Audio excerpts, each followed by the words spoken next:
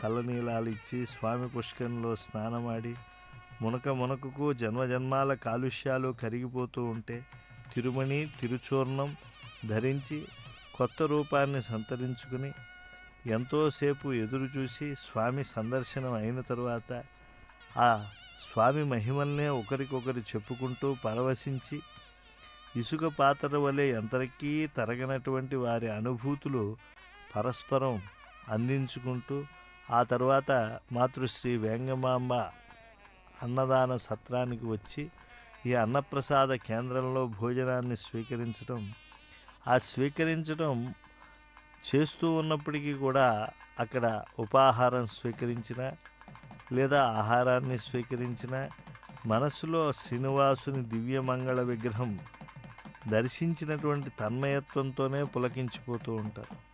ముఖ్యమంత్రి వర్యులు స్వయంగా వడ్డన కూడా చేస్తూ ఉన్నారు. తన పౌత్రునితో కలిసి కేవలం స్వామి సేవలో మేము కూడా దాసుల్లానే ఉండాలి. ఈ క్షేత్రంలో వచ్చేటువంటి దివ్య ఆళ్వారుల భావన ఇది.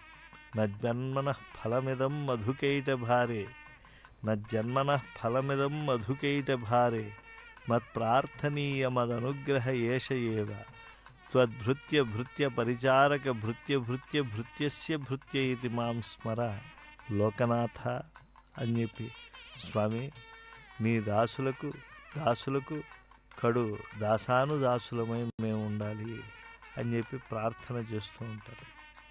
అలా స్వామివారికి సమర్పణమైనటువంటి అన్నప్రసాదాన్ని వడ్డన చేస్తూ ఉన్నారు. ముఖ్యమంత్రి గారి కుటుంబ సభ్యులందరూ కూడా పరమ భక్తాగ్రగణ్యులై ధార్మికమైనటువంటి కార్యక్రమాలు ఈ క్షేత్రంలో ఎవరెవరు ఏమేమి చేస్తూ ఉంటారో వాటిని అన్నిటినీ కూడా చెయ్యాలి అని సంకల్పించడం కూడా ఒక మహత్తరమైనటువంటి అభిప్రేరణాత్మకమైనటువంటి చిత్తవృత్తి.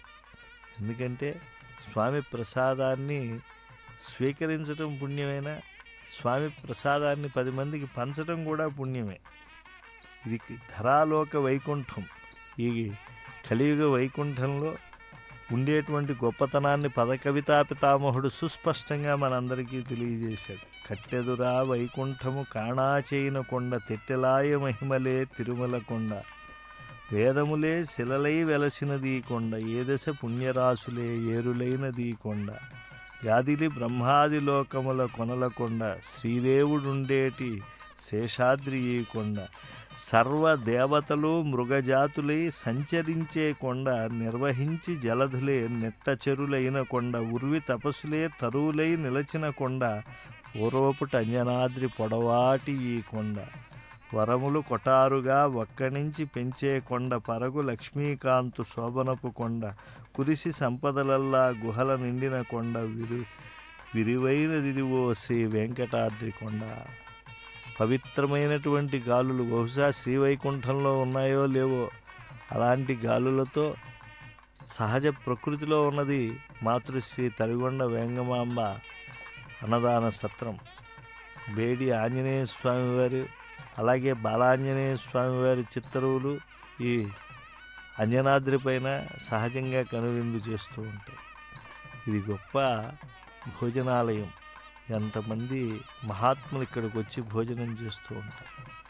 ఇక్కడ విచ్చేసినటువంటి యాత్రికులకు ఆ భోజన వసతులు సరిగ్గా అందుతున్నాయా, ఈ ఆహారం సరిగ్గా అందుతూ ఉన్నదా లేదా, తాను వడ్డిస్తూ పర్యవేక్షణ చేయాలన్నటువంటిది ముఖ్యమంత్రి వర్యుల యొక్క ఆశయం. సిరులకు నెలవైనటువంటి శేషగిరిలో అన్నదానం అనాదిగా జరుగుతున్నది.